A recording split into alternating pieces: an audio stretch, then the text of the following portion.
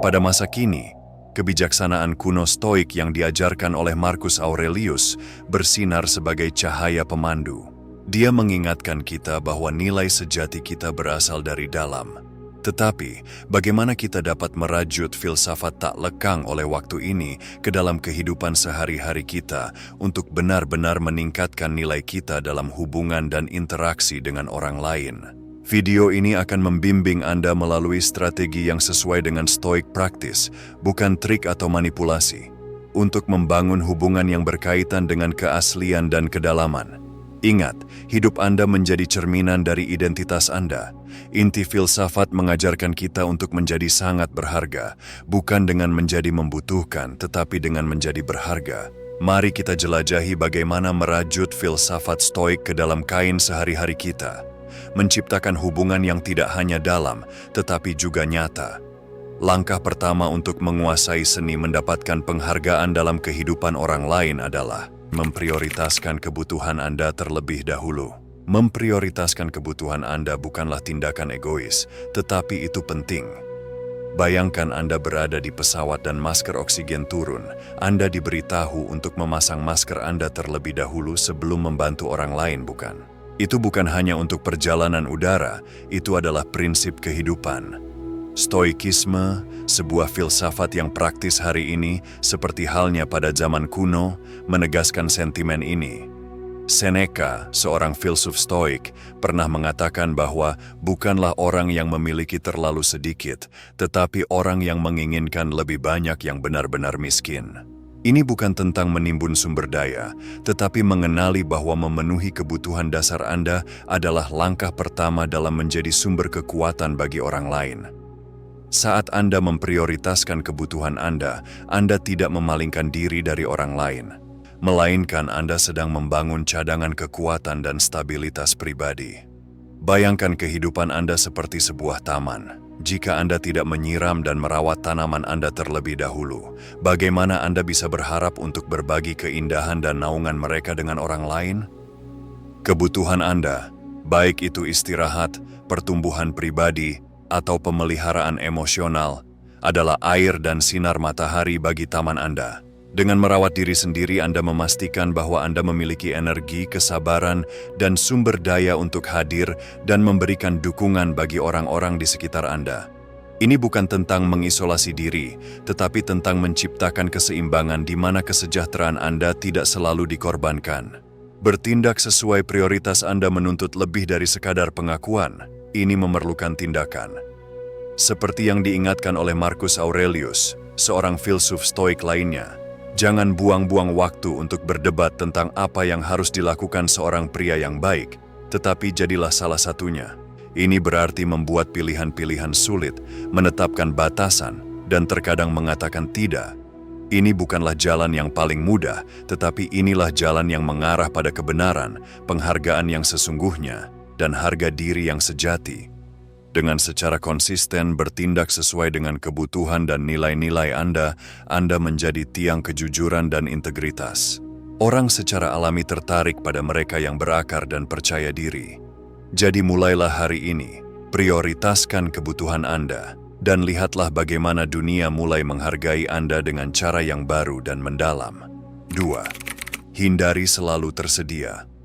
Stoikisme bukanlah tentang mengatakan tidak hanya demi mengatakannya. Ini tentang menyelaraskan jawaban Anda dengan nilai-nilai Anda. Bayangkan setiap hari sebagai kanvas.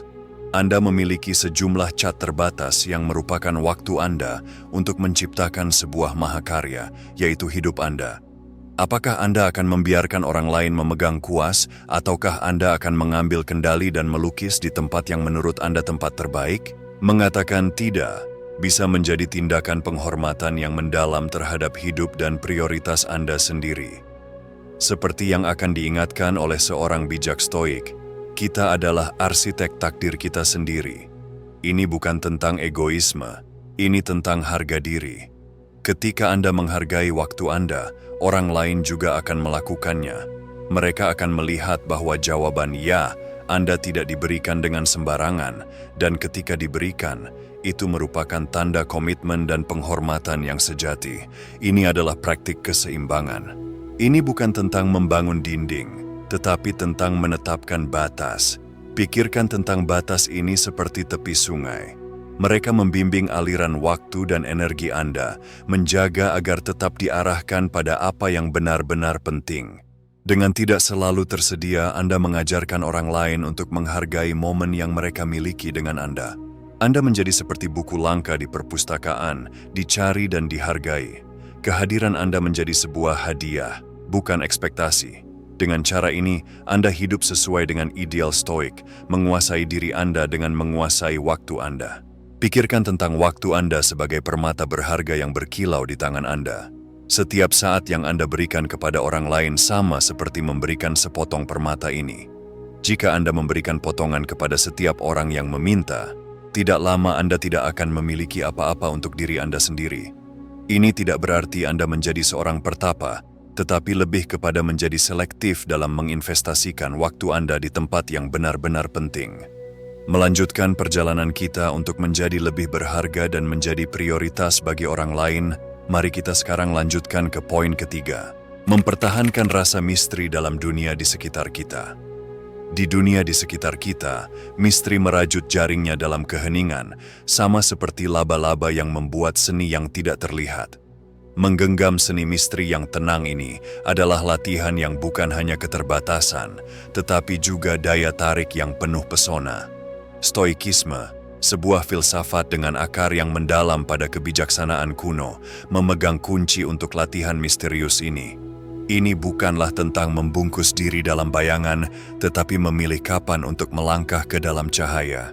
Untuk memulai, bayangkan kehidupan Anda sebagai sebuah novel dengan bab-bab yang terungkap pada kecepatan yang menggoda pembaca. Bagikan cerita Anda, tetapi tahan sedikit untuk memancing rasa penasaran. Bayangkan memberi seseorang peta dengan harta tersembunyi yang ditandai, tetapi jalannya tidak terungkap kepadanya. Ini menciptakan perjalanan penemuan di mana setiap interaksi mengupas lapisan yang lebih dalam. Di seni berbagi selektif inilah kita menciptakan ruang bagi orang lain untuk menyelami, bertanya-tanya, dan menghargai cerita yang sedang berkembang dari kehidupan kita. Stoikisme mengajari kita kekuatan dari kompas internal kita. Dalam kata-kata yang disampaikan melalui waktu, kita menemukan bimbingan seperti Dia yang memerintah di dalam dirinya sendiri dan mengatur gairahnya, keinginan dan ketakutannya adalah lebih dari seorang raja. Ini bukanlah tentang membangun tembok di sekitar Anda, tetapi lebih tentang memilih gerbang mana yang Anda biarkan orang lain masuk. Dengan mengatur aliran pengungkapan pribadi Anda memupuk lingkungan di mana kehadiran Anda menjadi komoditas yang langka dan bernilai.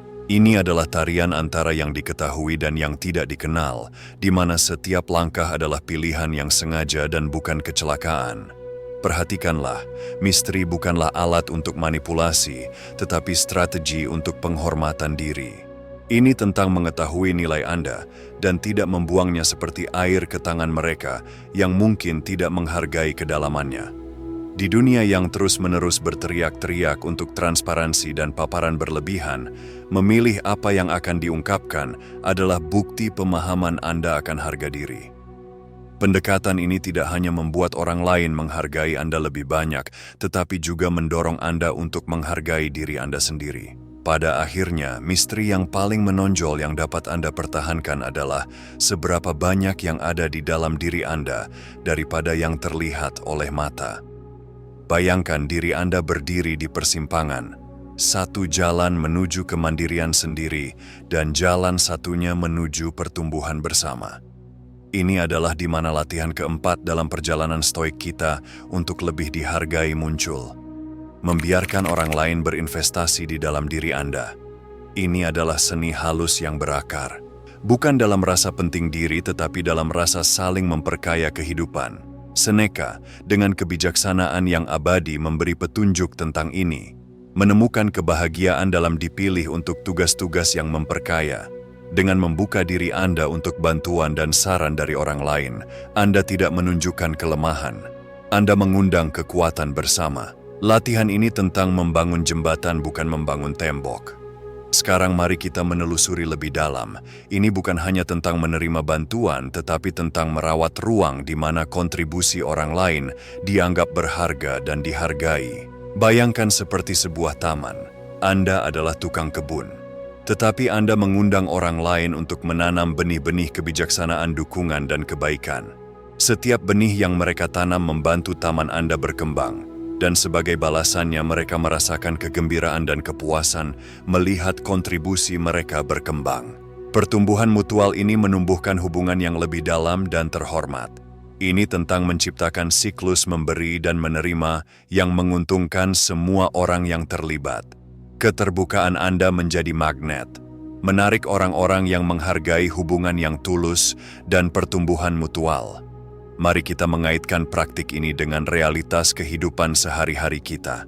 Itu ada di momen-momen sederhana seperti menerima bantuan seorang kolega dalam sebuah proyek, mengakui saran seorang teman, atau hanya terbuka terhadap sudut pandang yang berbeda.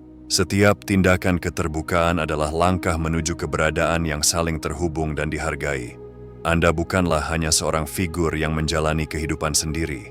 Anda adalah bagian dari sebuah kain yang lebih besar, yang dianyam bersama dengan benang-benang dari pengalaman bersama dan saling mendukung. Sebagai stoik modern, peluklah ketergantungan ini dengan kemurahan hati dan rasa terima kasih, dan lihatlah saat dunia membuka lengannya untuk Anda. Sebagai balasan, ingatlah dalam kata-kata Marcus Aurelius, "Apa yang baik untuk sarang lebah, baik untuk lebah." Pertumbuhan Anda dan investasi mereka bukan hanya terkait, tetapi mereka adalah esensi dari kehidupan yang berharga dan bermakna. Sekarang mari kita lanjutkan ke titik kelima dalam perjalanan kita untuk menjadi lebih bernilai dan menjadi prioritas bagi orang lain, menciptakan sensasi kelangkaan dalam kehadiran Anda. Pernahkah Anda bertanya-tanya mengapa bulan lebih memukau saat tidak penuh setiap malam? Hal yang sama terjadi pada kita. Untuk lebih dihargai, praktik pertama adalah menciptakan sensasi kejarangan dalam kehadiran Anda. Ini adalah pengingat stoik bahwa kita bukanlah sumber daya tak terbatas. Waktu dan perhatian kita seperti debu emas di era yang sibuk ini. Bayangkan ini, Anda adalah orang yang selalu mengatakan ya, selalu siap sedia untuk kepentingan orang lain. Pesan apa yang tersampaikan? Itu teriak, "Saya selalu tersedia." Dan itu bukanlah sebuah harta, itu adalah sebuah toko kenyamanan. Sekarang, ubah skenario tersebut. Jadilah seperti buku langka di perpustakaan, tersedia tetapi tidak selalu terlihat. Biarkan orang merasakan kehadiran Anda. Ini bukan tentang bermain sulit untuk didapat, tetapi tentang sungguh-sungguh menghargai waktu Anda. Marcus Aurelius, nama yang bersinonim dengan kebijaksanaan, memberi petunjuk ketika dia berkata, "Anda memiliki kekuatan atas pikiran Anda, bukan peristiwa di luar. Sadarilah ini, dan Anda akan menemukan kekuatan." Di sini, dia menggerakkan kita menuju penilaian internal sebelum mencari validasi eksternal. Praktik ini membutuhkan keseimbangan yang halus. Ini bukan tentang menjadi acuh tak acuh atau dingin, tetapi tentang menumbuhkan rasa hormat diri yang sehat. Ketika Anda merespons setiap panggilan dengan segera, Anda menjadi pelayan untuk keinginan orang lain, tetapi ketika Anda berpartisipasi secara selektif, Anda mengatakan, "Saya menghargai waktu saya, dan begitu juga seharusnya Anda." Ini tidak berarti mengabaikan orang lain, tetapi berarti keterlibatan yang dipikirkan. Ini tentang membuat jawaban ya Anda lebih kuat dengan tidak takut mengatakan tidak. Kehadiran Anda, perhatian Anda harus menjadi sebuah hadiah, bukan sebuah harapan. Disinilah kita sampai pada titik krusial ke-6 dari video ini. Jangan membuat orang lain menjadi pusat perhatian Anda. Dalam menavigasi labirin kehidupan, kita seringkali melupakan kompas di dalam diri kita dan mempercayakan arah kita kepada orang lain. Stoikisme, sebuah filsafat yang bukanlah tentang ketidakpedulian dingin, tetapi tentang pemberdayaan yang mendalam, mengajarkan kita untuk mengklaim narasi kita kembali. Praktik untuk tidak membuat orang lain menjadi pusat kehidupan kita bukanlah pelajaran tentang isolasi, tetapi sebuah perjalanan menuju penilaian diri yang autentik. Bayangkan diri Anda sebagai kapten sebuah kapal di lautan luas kehidupan. Kapal lain mungkin berlayar di samping Anda, beberapa bahkan mungkin mencoba mengarahkan jalur Anda, tetapi kemudi tetap teguh di tangan Anda. Prinsip stoik ini bergema melalui kata-kata Seneca. Kita sering lebih menderita dalam imajinasi daripada dalam kenyataan. Dengan tidak mengikat nilai kita pada tangan orang lain, kita menghindari badai-badai khayalan. Buatlah keputusan Anda, tetapkan tujuan Anda, dan hargai pendapat Anda dengan ketegasan seorang kapten yang melawan badai. Sekarang pertimbangkan waktu dan energi Anda sebagai mata uang yang paling berharga yang Anda miliki. Apakah Anda akan menghabiskannya dengan sembrono? Tidak membuat orang lain menjadi pusat kehidupan Anda adalah cara untuk menginvestasikan mata uang ini dengan bijaksana. Terlibatlah dalam hubungan dan aktivitas yang memperkaya jiwa Anda dan sejalan dengan nilai-nilai Anda. Ini tentang kualitas, bukan kuantitas. Waktu Anda adalah hadiah. Bagilah dengan mereka yang merayakan hakikat Anda, bukan dengan mereka yang menuntut Anda untuk cocok dengan cetakan mereka. Pelajari untuk merangkul seni perhatian selektif dalam dunia yang gemerlap dengan pendapat dan penilaian. Belajarlah untuk fokus pada hal-hal yang benar-benar penting, pertumbuhan Anda, kedamaian Anda, dan perjalanan Anda. Ini tidak berarti menutup mata terhadap dunia, tetapi memilih untuk tidak membiarkan dunia menentukan harga diri Anda.